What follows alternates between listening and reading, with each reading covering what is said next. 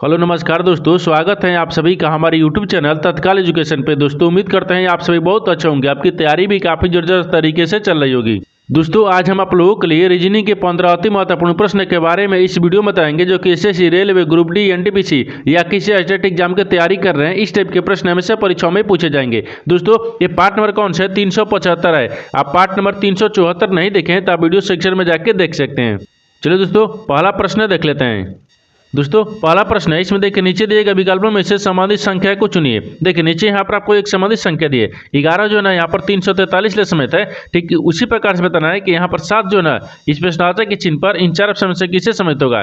देखिए तो यहाँ पर सबसे पहले प्रश्न समझते हैं, इसमें बोलकर है। देखिए 11 को क्या करेंगे कि यहाँ पर 343 आ जाएगा, उसी प्रकार से यहाँ पर 7 को रखेंगे। ठीक है ना। देखिए तो 11 में क्या करते हैं, तो 11 में अगर 4 को माइनस कर लेते हैं। ठीक है ना। अगर मान लीजिए देखिए अगर कहिए कि गुना कर लीजिए तो गुना कैसे करेंगे, 11 में 4 को क्या करते हैं माइनस कर लेंगे। जब 4 को माइनस करने के बाद में कितना आ जाएगा, देखिए 11 में से 4 को माइनस करेंगे तो यहाँ पर कितना आ गया, इस 7 आ गया। ठीक है ना, 7 आ गया। अब 7 का क्या करेंगे, यहाँ पर आपको क्यू कर देंगे। ठीक है ना, 7 का क्यू करेंगे। जब 7 का यहाँ पर क्यू कर देंगे ये 300 कितना आ जाएगा, ये 43 आ जाएगा। ठीक है ना, 343 आ जाएगा।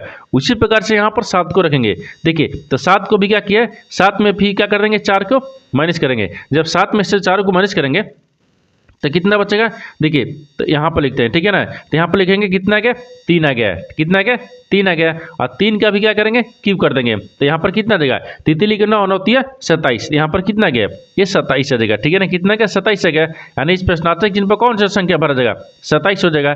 27 को देखते हैं किस ऑप्शन में दिख रहा है। ऑप्शन नंबर यहाँ पर आपको सी में दिख रहा है। ऑप्शन नंबर सी आपका सही हो जाएगा। दोस्तों मैं उम्मीद करता हूँ इस प्रश्न को भी आप अच्छी तरह से समझ पाओगे। नेक्स्ट प्रश्न देख लेते हैं। दोस्तों दूसरा प्रश्न है, इसमें देखिए नीचे दी गई श्रृंखला श्रेणी में प्रश्नार्थक चिन्ह के स्थान पर कौन सी संख्या आएगी। देखिए नीचे यहाँ पर आपको एक श्रृंखला दी है, इन श्रृंखला में बताना है कि इस प्रश्नार्थक के चिन्ह पर इन चार ऑप्शन में से कौन सी संख्या यहाँ पर भरा जाएगा। देखिए तो यहाँ पर सबसे पहले ध्यान से देखते हैं कि श्रृंखला किस प्रकार से चल रहा है। ठीक है, देखिए यहाँ पर आपको 2 से क्या हो रहा है, 9 हो रहा है। 9 से क्या हो रहा है, 30 हो रहा है। 30 यहाँ पर 93 हो रहा है। 93 से यहाँ पर 282 हो रहा है। 282 से आपको अगला संख्या ज्ञात करना है। देखिए इन श्रृंखला को ध्यान से देखने के बाद में हमको क्या दिख रहा है, हमको यही दिख रहा है कि देखिए 2 से क्या दिख रहा है, 9 दिख रहा है। तो 2 से 9 दिख रहा है, तो अगर 7 को जोड़ देंगे कितना आ जाएगा, 9 आ जाएगा। तो 9 में क्या करते हैं, देखिए यहाँ पर 9 से क्या लिख रहे हैं, 30 हो गया। जब 9 से के बाद 30 हो जा रहा है तो कितना कर रहा है, 21 कर रहा है। ठीक है, 21 कर रहा है। ये श्रृंखला आपको अच्छे तरीके से नहीं चल रहा है। इसमें क्या करेंगे, थोड़ा सा लॉजिक लगाते हैं। ठीक है ना, ये लॉजिक लगाएंगे क्योंकि देखिए क्या हो रहा है, 2 से 9 हो रहा है। जब 2 से 9 हो रहा है तो 2 में क्या करते हैं, 2 में अगर 3 से गुना करते हैं तो 3 दूनी के 6 हो गया। ठीक है ना, और 6 में क्या करते हैं, 3 को जोड़ देंगे, कितना गया, 9 आ गया। उसी प्रकार से देखिए 9 से क्या लिख रहे हैं, 30 लिख रहे हैं। तो 9 में देखिए अगर 3 से गुना करते हैं, 9 तिया 27, और 27 में अगर यहाँ पर 3 को जोड़ देंगे कितना गया, 30 हो गया। उसी प्रकार से देखिए यहाँ पर आपको क्या लिख रहे हैं, 30 ले 93। तो 30 में भी क्या करते हैं, 3 से गुना करते हैं, और यहाँ पर आपको 30 में गुना करेंगे तो तितली के 90 हो गया, और 3 को जोड़ देंगे कितना गया, ये 93 आ गया। उसी प्रकार से यहाँ पर देखिए 93 से क्या लिख रहे हो, 282 हो रहा है। तो 93 में क्या करते हैं ना, ये 3 से गुना करते हैं। जब 93 में 3 से गुना कर देंगे तो कितना देगा, 269 आ गया। और 269 में यहाँ पर कितना करें, ये आपको 3 को जोड़ देंगे तो कितना क्या, 82 आ जाएगा। ठीक है ना। उसी प्रकार से 282 में भी क्या करते हैं, 3 से गुना करेंगे। ठीक है, और 3 को जोड़ देंगे। ठीक है ना। तो देखिए तो यहाँ पर आपको 200 क्या लिख रहे हैं, 82 लिख रहे हैं। ठीक है ना, 282 में यहाँ पर 3 से गुना करते हैं। जब 3 से गुना कर देंगे तो कितना गया, 3 दूनी के 6 हो गया, और 8 3 के 24 आ गया। तो 24 के 4 हो जाएगा, और ये कितना गया, 3 दूनी 6 2 8, कितना गया, 8 आ गया। अगर इसको भी क्या करते हैं, 3 को जोड़ देंगे। जब 3 को जोड़ेंगे तो कितना गया, 49 आ गया। कितना देगा, तो यहाँ पर आपको 849 हो जाएगा। तो 849 को देखते हैं किस ऑप्शन में दिख रहा है। ऑप्शन नंबर किस में दिख रहा है, ऑप्शन नंबर यहाँ पर आपको ए में दिख रहा है। ऑप्शन नंबर ए आपका सही हो जाएगा। दोस्तों उम्मीद करता हूँ इस प्रश्न को भी आप अच्छी तरह से समझ पाओगे। नेक्स्ट प्रश्न देख लेते हैं। दोस्तों तीसरा नंबर प्रश्न है, इसमें देखिए नीचे दी गई आकृति में कितने त्रिभुज हैं। देखिए नीचे यहाँ पर आपको एक आकृति दिया है, इन आकृति में बताना है कि त्रिभुजों की संख्या कितना है। देखिए यहाँ पर क्या करिएगा, वीडियो को रोक और खुद अपने आप से बनाने की कोशिश करिएगा, और 15 प्रश्न में से अपने कितने प्रश्न सही किए हैं वीडियो को लास्ट में कमेंट में जरूर बताइएगा। और इस चैनल में पहली बार आए तो चैनल को सब्सक्राइब कर बेल आइकन घंटी को प्रेस जरूर कर लीजिए, क्योंकि सबसे पहले इस तरह क्लास आपको मिलता रहे। देखिए तो यहाँ पर सबसे पहले ध्यान से देखते हैं कि इस आकृति में ना कितने त्रिभुजों की संख्या दिख रही है। ठीक है ना। देखिए तो यहाँ पर आपको क्या दिखेगा, 1 हो गया, 2 हो गया, 3 हो गया, ये 4 दिख रहा है, ये 5 हो गया, 6 हो गया, 7 हो गया, 8 हो गया, 9 दिख रहा है, 10 हो गया, 11, ठीक है ना, 11 हो गया, या इसको पहले छोड़ दीजिए, ठीक है ना, 10 हो गया, ठीक है, 10 हो गया।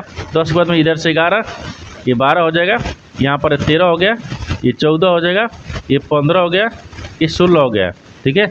यहाँ सब चलेंगे, 17 हो गया, ठीक है ना, ये 18 हो गया, यहाँ से 19 हो गया, इधर से क्या आ गया, 20 आ गया, ठीक है। अभी कितना दिख रहा है, 20 को दिख रहा है, अभी तो 20 को दिख रहा है ना, लेकिन देखिए यहाँ से 20 के बाद में क्या दिखेगा, ई वाला आपको क्या दिखेगा, 21 दिखेगा, ठीक है, ये आपको 21 हो गया, ठीक है। और देखिए 21 के बाद में देखिए इधर से ई दिखेगा, ठीक है ना, देखिए ई वाला दिखेगा, कितना गया, ये 22 आ गया, ठीक है। और ई 22 के बाद में एक इधर से दिखेगा, देखिए यहाँ से ई दिखेगा, कितना गया, ये आपको 23 हो गया, ठीक है ना, ये 23 हो गया। 23 के बाद में फिर एक इधर से दिखेगा, ये 24 हो गया, कितना गया यहाँ पर आपको, ये 24 हो गया, ठीक है ना, 24 आ गया। अभी तक कितना दिख रहा है, 24 दिख रहा है। 24 के बाद में और कहीं दिख रहा है, हाँ और दिखेगा, 24 के बाद में और दिखेगा, क्योंकि देखिए जब उसको ले लिए हैं इसको भी लेना होगा हमको, देखिए इसको क्या करते हैं, कलर चेंज कर देते हैं, आपको इसको भी लेना पड़ेगा, क्योंकि ये भी आपको उसी आकृति का है, देखिए ये भी आ जाएगा, कितना गया, 24 के बाद में यहाँ पर आपको 25 आ गया, ठीक है ना। 25 के बाद में अगर इसको यहाँ से रखेंगे, ठीक है, देखिए ये कितना गया, ये 26 आ गया, ठीक है। 26 के बाद में एक इधर से ही दिखेगा, ये 27 हो गया, ठीक है, ये 27 दिख रहा है, ठीक है ना। 27 के बाद में एक इधर से भी आएगा, देखिए 27 के बाद में एक इधर से भी आएगा, तो कितना आ जाएगा, ये 28 हो गया। और कहीं त्रिभुज दिख रहा है, नहीं दिख रहा है, क्योंकि सब तो ले लिए हैं। यहाँ पर कितना दिख रहा है, 28 को दिख रहा है, यानी इस आकृति में टोटल कितने त्रिभुजों की संख्या दिख रही है, यानी 28 को दिख रहा है। 28 को देखते हैं किस ऑप्शन में दिख रहा है, यानी ऑप्शन नंबर किस में दिख रहा है, तो सी में दिख रहा है। ऑप्शन नंबर सी आपका सही हो जाएगा। दोस्तों मैं उम्मीद करता हूँ इस प्रश्न को भी आप अच्छी तरह से समझ पाओगे। नेक्स्ट प्रश्न देख लेते हैं। दोस्तों 4वां प्रश्न है, इसमें देखिए एक निश्चित कुट भाषा में यानी चिल्ल को यहाँ पर देखिए 27, 81, 13, ठीक है, और यहाँ पर आपको DRE ड्रेस, ठीक है ना, ड्रेस को क्या लिख रहे हैं, तो देखिए 31, 74, 18, 18 लिखा जाता है, तो उस भाषा में यानी फील्ड को कैसे लिखा जाएगा। देखिए यहाँ पर सबसे पहले प्रश्न समझिए, इसमें बोलकर है, यहाँ पर क्या बोल रहे हैं, एक निश्चित कुट भाषा दी है, ठीक है ना, एक निश्चित कुट भाषा में यहाँ पर चिल्ड को देखिए इतना लिख रहा है, फिर आपको ड्रेस को देखिए यहाँ पर लिख रहा है, तो आपको फील्ड को बताना है कैसे लिखा जाएगा। तो सबसे पहले देखते हैं ना कि चिल्ड और फील्ड यानी ड्रेस को कैसे लिख रहा है, ठीक है, उसी प्रकार से फील्ड को रखेंगे। देखिए यहाँ पर आपको चिल्ड को इतना लिख रहा है, तो देखिए यहाँ पर लगते हैं CH, ठीक है ना, I, L और D दिया है। चिल्ड को क्या लिख रहा है, ठीक है, तो चिल्ड को देखिए यहाँ पर आपको देखते हैं, ठीक है, चिल्ड को क्या लिख रहा है, ये 27 लिख रहा है, ठीक है, 2 लिखेंगे, 7 लिखेंगे, 8 हो जाएगा ना, यहाँ पर 8 दिख रहा है, फिर 11 लिखेंगे, फिर यहाँ पर आपको 3 लिखेंगे, ठीक है। उसके बाद में फिर आगे देखिए ये ड्रेस को क्या लिख रहा है, D लिख रहा है, R लिख रहा है, E लिख रहा है और डबल S दिया है। इसको भी क्या लिख रहा है, देखिए यहाँ पर भी आपको देखते हैं, ठीक है ना।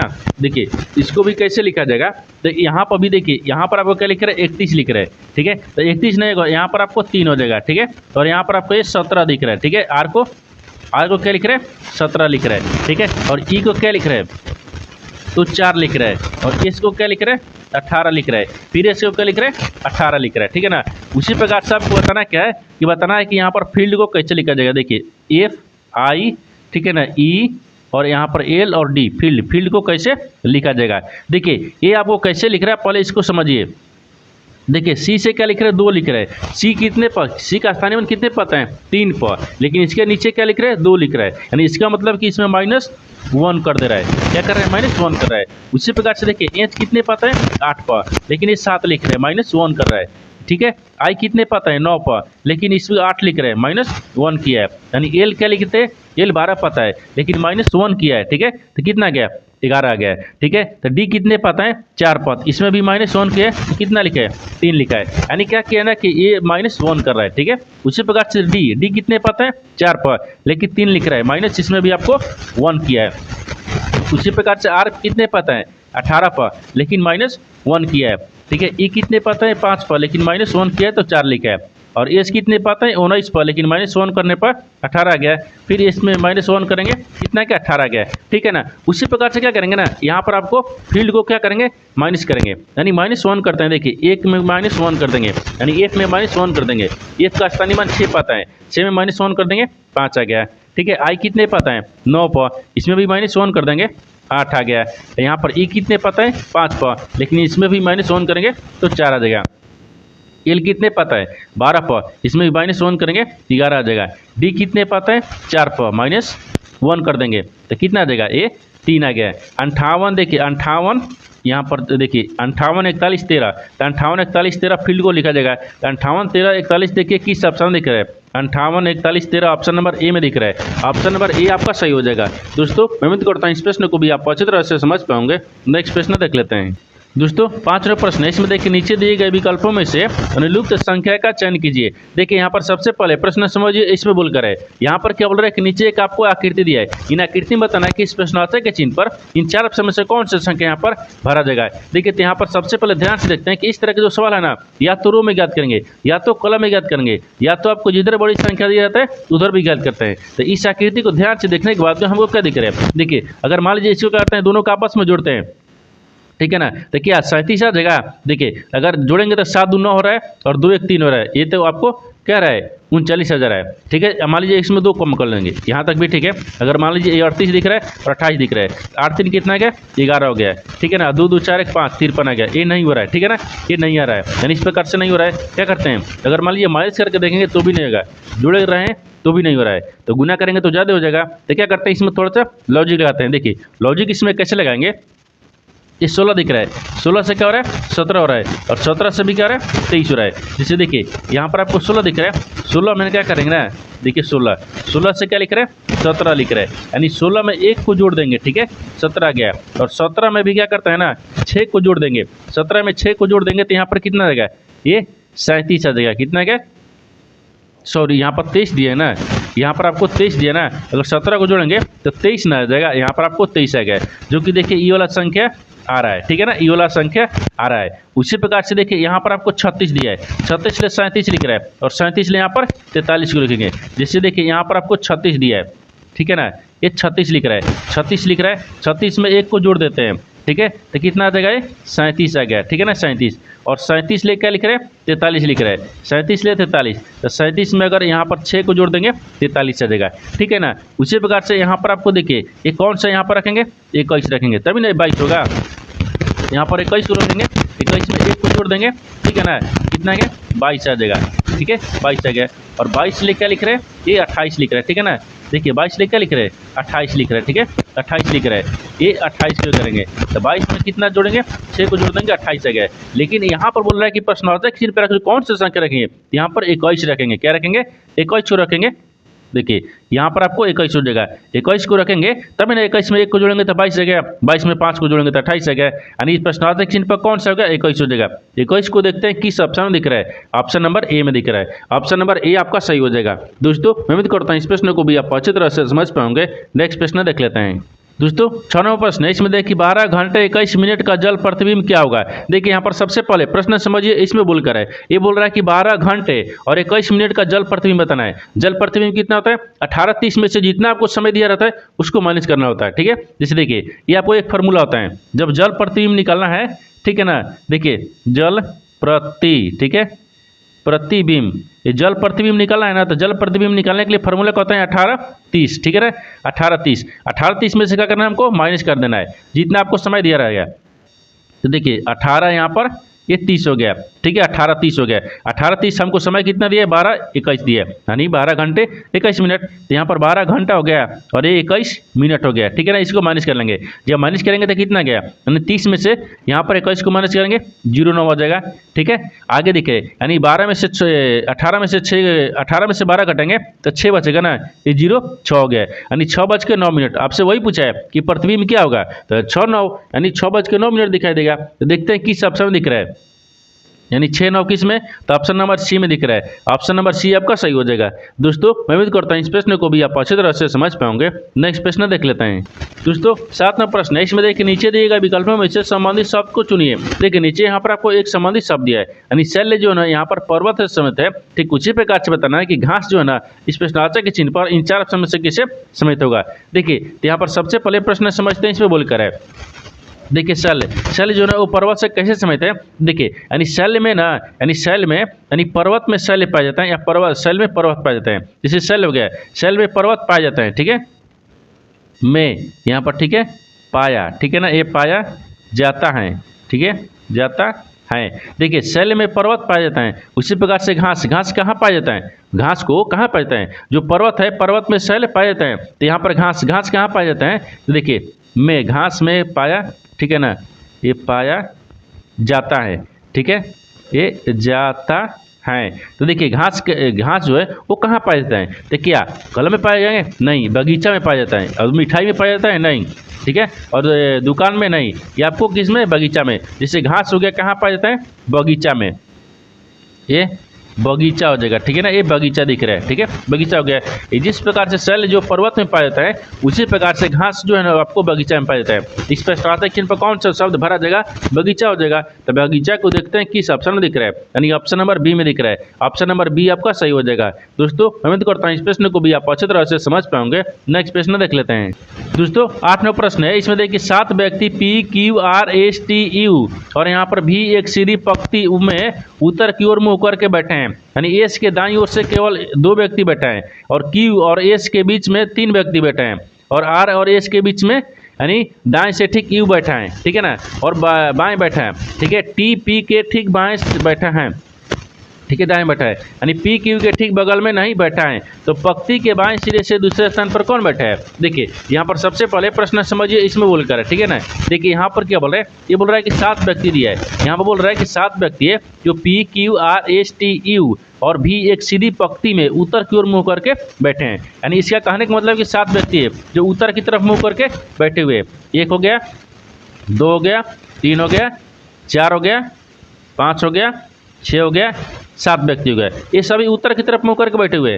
बोल रहे हैं ना कि एस के दाएं केवल 2 व्यक्ति बैठे हैं, यानी एस के दाहिने तरफ केवल 2 व्यक्ति बैठे हैं। तो यहाँ से क्या होता है, ये बाएं होता है, ठीक है ना, इधर से क्या होता है, ये दाएं होता है। तो एस के दाएं से केवल 2 व्यक्ति बैठे हैं, यानी इसका कहने का मतलब कि एस यहाँ पर हो जाएगा, ठीक है, एस को रखना है, एस के दाएं तरफ 2 व्यक्ति बैठ गया, और क्यू और एस के बीच केवल 3 व्यक्ति बैठे हैं, यानी एस और क्यू के बीच में न केवल 3 व्यक्ति, तो क्यू को यहाँ पर रखते हैं, एस और क्यू के बीच में 3 व्यक्ति बैठ गया, ठीक है ना, बैठ गया, ठीक है। आगे बोल रहा है कि आर और एस के, ठीक है, दाएं और यू के बाएं बैठे हैं। जो आर है ना, आर एस के दाएं, जो आर है आर वो एस के दाएं बैठा है, ठीक है, आर जो है ना एस के दाहिने बैठा है, और बोल रहा है एस के दाएं बैठा है, लेकिन यू के ठीक बाएं बैठा है, तो यू के बाएं बैठा है, तो यू को यहाँ पर बैठाता है, तो यू के बाएं हो गया, और एस के दाहिने हो गए आर, ठीक है। आगे बोल रहा है कि टी पी के ठीक बाएं बैठा है, जो टी है ना, टी वो पी के दाहिने बैठा है। तो मान लीजिए टी को कहाँ रखते हैं,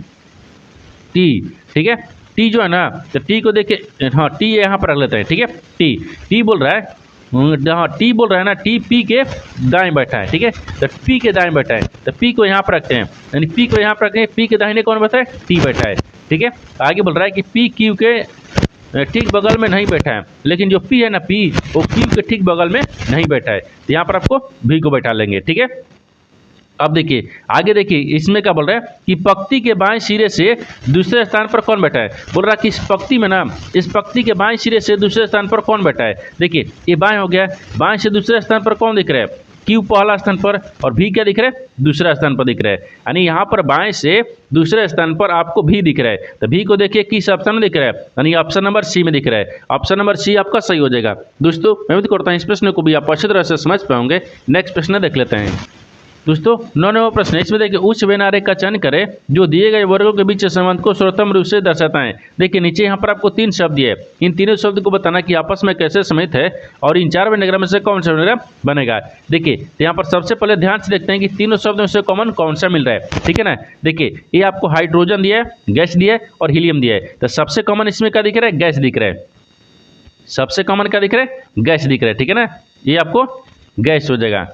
सबसे कॉमन क्या दिख रहा है, गैस दिख रहा है, क्या गया, गैस, यानी गैस के अंदर में ही आपको हीलियम भी आता है और हाइड्रोजन भी आता है, ठीक है ना, जिससे हाई, ठीक है, हाइड्रोजन, ठीक है, हाइड्रोजन दिया है, फिर यहाँ पर हीलियम दिया है, ठीक है ना, हीलियम हो गया। देखिए सबसे कॉमन आपको गैस दिख रहा है, गैस के अंदर में हीलियम भी आता है, गैस के अंदर में हाइड्रोजन भी आता है, यानी इस तरह का वेन डायग्राम बनेगा। इस तरह का वेन डायग्राम को देखते हैं किस ऑप्शन में दिख रहा है, ऑप्शन नंबर सी में दिख रहा है, तो ऑप्शन नंबर सी आपका सही हो जाएगा। दोस्तों उम्मीद करता हूँ इस प्रश्न को भी आप अच्छी तरह से समझ पाओगे। नेक्स्ट प्रश्न देख लेते हैं।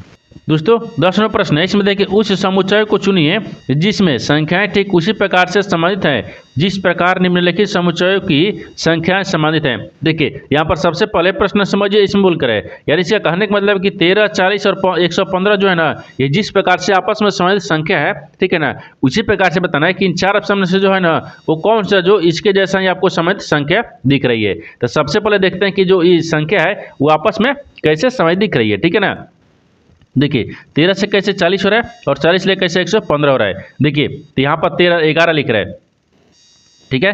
देखिए तो यहाँ पर आपको क्या लिख रहा है, 13 दिया, 11 दिया है, यहाँ पर आपको 13 दिया है, ठीक है ना। 13 को क्या करते हैं, 3 से गुना करते हैं, 13 3 39, 39 में 1 को जोड़ देंगे, कितना गया, ये आपको यहाँ पर आपको 40 आ गया, ठीक है ना, 40 आ गया, ठीक है, 40 आ गया, ठीक है। अब देखिए यहाँ पर फिर के लिख रहा है 40 लिख रहा है, 40 में भी 3 से गुना करते हैं और 1 को यहाँ पर आपको जोड़ देंगे, ठीक है। तो देखिए 4 12, कितना क्या, 4 12, 130, हाँ 4 12, 112, तो 115 यहाँ पर कितना गया, 115, सॉरी यहाँ पर 1 को जोड़ना है तो नहीं होगा, यहाँ पर आपको माइनस क्या करना है, ये 5 कर देना होगा, क्योंकि देखिए 4 3 चौके 12 हो जाएगा, तो यहाँ पर 120 तो ऐसा ही हो गया, ठीक है ना, 120 आ रहा है, तो 120 में अगर 5 को माइनस कर देंगे 100 कितना देगा, ये 15 गया, ठीक है, 15 गया।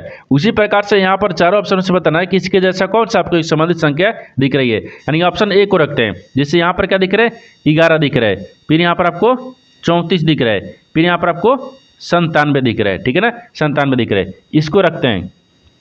तो जैसे यहाँ पर आपको 11 दिख रहा है, 11 में क्या करते हैं, 3 से गुना करेंगे और +1 को जोड़ लेंगे, ठीक है ना। देखिए तो 11 3 33 और 33 में 1 को जोड़ देंगे, कितना गया, ये आपको 34 आ गया, ठीक है ना, ये 34 आ गया, जो कि यहाँ पर आपको 34 दिया हुआ है, ठीक है। उसी प्रकार से देखिए दूसरा में रखते हैं, अब क्या दिख रहा है, 34 आ गया है और 34 में भी क्या करते हैं, 3 से गुना करेंगे और माइनस हमको 5 करना होगा, ठीक है ना, ठीक है। अब देखिए 4 3 12 हो गया, फिर तितली के 9 है और यहाँ पर एक 10 आ गया, कितना गया, 102 आ गया, 102 आ गया। अब 102 में से क्या करना है, हमको 5 को माइनस करना है, जब 5 को माइनस करना है 3 इधर से और 2 इधर से, तो कितना गया, 97 आ गया, कितना गया, 97 आ गया। देखिए यहाँ पर आपको 97 दिया है ना, ये दिया है, यानी इसका मतलब कि ऑप्शन नंबर ए जो है ना इसके जैसा समय आपको दिख रही है, यानी ऑप्शन नंबर ए आपका सही हो जाएगा। दोस्तों मैं उम्मीद करता हूँ इस प्रश्न को भी आप अच्छी तरह से समझ पाओगे। नेक्स्ट प्रश्न देख लेते हैं।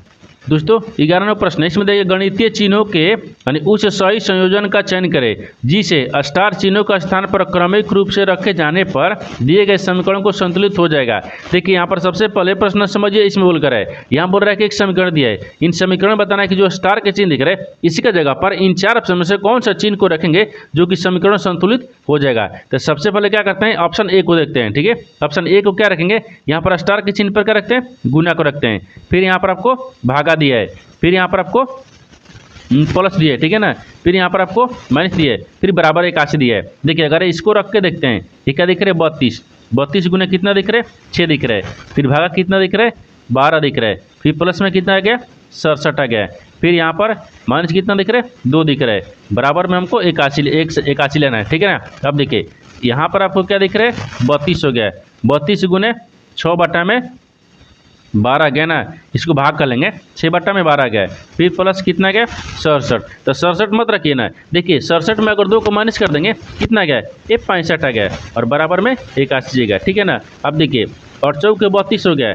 ये 8 मर्द में कट गया है, 8 दूनी 8 चौके 32 है, 8 चौके 32, फिर तो आपको कितना गया, 8 दूनी के 16 ना, यहाँ पर फिर 8 चौके 32 बढ़ती 36, ठीक है, तो 8 दूनी के 16, ठीक है। देखिए यहाँ पर आपको 12 आ गया ना, ये देखिए हाँ 12 आ गया, ठीक है, तो 12 आ गया, तो इसको 2 चौके 8, ठीक है, ये 2 चौके 8 गया, 8 चौके 32 से 2 चौके 8, 8 दूनी कितना गया, 16 गया, ठीक है ना, 16 और प्लस में कितना दिया, 65 दिया है, फिर बराबर में कितना दिया, 81 दिया है। देखिए 16 और 65 को आपस में जोड़ते हैं, ठीक है ना, देखिए तो यहाँ पर आपको कितना गया, 81 आ जाएगा और बराबर में भी कितना गया, 81 आ गया। ये समीकरण क्या हो गया, ये संतुष्ट हो गया। क्या हो गया? संतुष्ट हो गया। तो संतुष्ट किस ऑप्शन से हुआ है? तो ऑप्शन नंबर ए से हुआ है, यानी ऑप्शन नंबर ए आपका सही हो जाएगा। दोस्तों मैं उम्मीद करता हूँ इस प्रश्न को भी आप अच्छी तरह से समझ पाओगे। नेक्स्ट प्रश्न देख लेते हैं। दोस्तों 12वां प्रश्न है, इसमें देखिए कथनों को पढ़े और दिए गए विकल्पों में से निष्कर्ष को चुने। देखिए नीचे यहाँ पर आपको एक कथन दिया है और यहाँ पर आपको एक निष्कर्ष दिया है। कथन के आधार पर डायग्राम को बनाते हैं, निष्कर्ष के आधार पर प्रश्न को सोल्व करते हैं। तो सबसे पहले यहाँ पर कथन को देखते हैं बोल कर है। देखिए कथन क्या बोल रहा है? कथन बोल रहा है कि सभी कौवे पंछी है। तो सभी यहाँ पर कौवे जो है ना वो क्या है? पंछी है। तो सभी यहाँ पर कौवे को क्या रखते हैं? ये पंछी में रखते हैं, ठीक है ना, ये पंछी हो जाएगा। सभी कौवे क्या दिख रहे हैं? पंछी हो गए। आगे बोल रहा है कि कुछ कौवे पालतू हैं, लेकिन कुछ कौवे जो है ना वो क्या है? पालतू हैं, ठीक है, ये पालतू आ जाएगा, ठीक है, पालतू है यहाँ पर, ठीक है, पालतू है। आगे ये तो कथन बोल रहा है, कथन के आधार पर डायग्राम को बना दिए, लेकिन निष्कर्ष क्या बोल रहा है? इसके आधार पर ही प्रश्न को सोल्व करेंगे, ठीक है ना। देखिए यहाँ पर आपको निष्कर्ष क्या दिख रहा है? निष्कर्ष आपको क्या दिख रहा है पहला में कि सभी पालतू पंछी है। सभी जो पालतू है ना, देखिए एक क्या दिख रहा है? पालतू है। सभी क्या पालतू पंछी है? नहीं, कुछ पंछी पालतू है और कुछ कौवे भी पालतू है, ये गलत बोल रहा है, ठीक है। दूसरा देखिए, दूसरा बोल रहा है कि कुछ पंछी कौवे हैं। तो कुछ पंछी यहाँ पर देखिए सभी पंछी के अंदर में क्या दिख रहा है? कौवा। तो सभी के अंदर ही कुछ आते हैं, ठीक है, ये आपको सही बोल रहा है। दूसरा आपको सही बोल रहा है कि कुछ पंछी जो है कौवे हैं। तो सभी पंछी क्या है? कौवा है, ये सही बोल रहा है। तो यहाँ पर आपको क्या देखेगा? यानी निष्कर्ष दूसरा आपको सही बोल रहा है, यानी केवल निष्कर्ष 2 का अनुसरण करता है, यानी ऑप्शन नंबर ए हो जाएगा। ऑप्शन नंबर ए आपका सही हो जाएगा। दोस्तों मैं उम्मीद करता हूँ इस प्रश्न को भी आप अच्छी तरह से समझ पाओगे। नेक्स्ट प्रश्न देख लेते हैं। दोस्तों 13वां प्रश्न है, इसमें देखिए दो संख्याओं का गुणनफल यहाँ पर आपको 84, 27 है, ठीक है। यदि इन संख्याओं का मसा यहाँ पर 53 है तो बड़ी संख्या ज्ञात कीजिए। देखिए यहाँ पर सबसे पहले प्रश्न समझिए, इसमें बोलकर है, यहाँ पर बोल रहा है कि दो संख्याओं का गुणनफल जो देना है यहाँ पर आपको देखिए दे दिया है 8400 यानी 27, ठीक है। यदि इन संख्याओं का मौसा भी दिया है तो बड़ी संख्या ज्ञात करना है। देखिए बड़ी संख्या ज्ञात करने के लिए दो संख्याओं का गुणनफल लिखेंगे और मौसा गुणे लसा भी लिखेंगे। जैसे दो संख्याओं का गुणनफल कितना दिया है?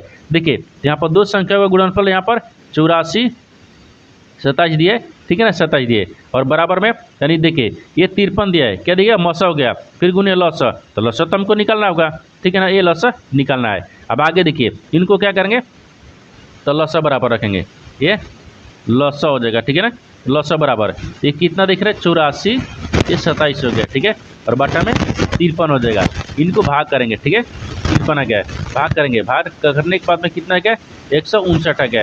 आपसे सबसे बड़ी संख्या बोल रहा है कि तो बड़ी संख्या क्या कीजिए? तो बड़ी संख्या 159 आ गया।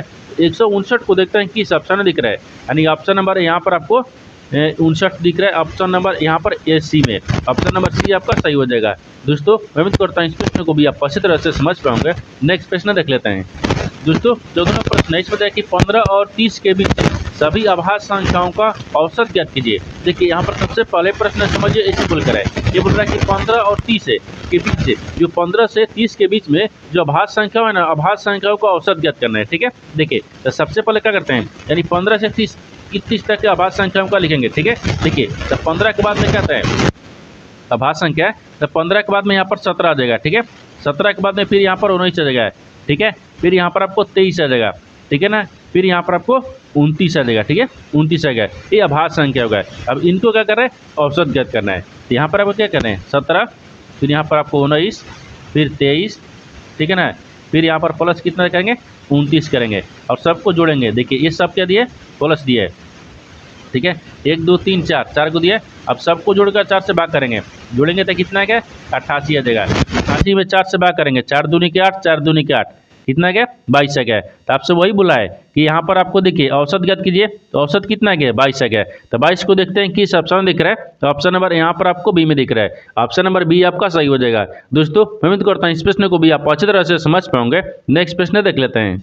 दोस्तों 15 प्रश्न है, इसमें देखिए शशि ने अपनी शॉपिंग मशीन यानी 8000 में बेची, इससे ठीक है ना, इसके मूल्य में 60% की वृद्धि की गई थी, तो इसकी मूल्य कीमत क्या थी? देखिए यहाँ पर सबसे पहले प्रश्न समझिए, इसमें बोलकर है, ये बोल रहा है ना कि शशि जो है ना अपनी मशीन, शॉपिंग मशीन जो कितने में खरीदी, तो यहाँ पर इतने में बेच दिया, कितना में? 800 रुपये में बेच दी, सॉरी ये 8000 में बेच दी। इसके जो मूल्य है ना वो 60% की वृद्धि हो गई। तो आज की उसकी जो कीमत मूल्य थी वो क्या थी, आपको इसी को बताना है। देखिए तो सबसे पहले क्या करते हैं, मान लीजिए 100 रुपया, कीमत कितना है? 100 है, ठीक है ना, 100 है। ठीक है। यहाँ पर मान लीजिए सीपी हो गया, यानी खरीदा हुआ कितना का 100 गया और बेचा हुआ कितना गया। तो देखिए 100 में से क्या करते हैं 60% की वृद्धि बोल रहा है, ठीक है, 60% कर देंगे, ठीक है। और बराबर में कितना आया 8000 आ गया, ठीक है, ये 8000 आ गया, ये बेचा हुआ 8000 आ गया। अब देखिए यहाँ पर आपको कितना दिख रहा है, तो 60% हो गया। तो इधर क्या करते हैं x बराबर, जिससे x बराबर होगा ना, मान लीजिए x रखते हैं, यहाँ पर आपको x हो गया, x बराबर कितना गया तो 8000 आ गया, ठीक है, 8000 और बटा में कितना करेंगे 160 करेंगे, क्योंकि 160 हो गया, 60% बोल रहा है और परसेंटेज का मतलब क्या हो गया 100 हो गया, ठीक है, ये 100 हो गया। 1 0 से 1 0 काट दिए, 800 हो गए, 16 5 80, हाँ यहाँ पर 5 मिनट में काट दिए, 16 5 80, यानी 50 इधर आ गया और इधर आ गया, तो कितना आ गया ये 5000 आ गया, कितना गया 5000 आ गया। तो आपसे वही बोल रहा है कि उसकी मूल्य कीमत क्या थी, तो 5000 थी। तो 5000 में देखते हैं किस ऑप्शन में दिख रहा है, यानी ऑप्शन नंबर किस में दिख रहा है, सी में दिख रहा है, यानी ऑप्शन नंबर सी आपका सही हो जाएगा।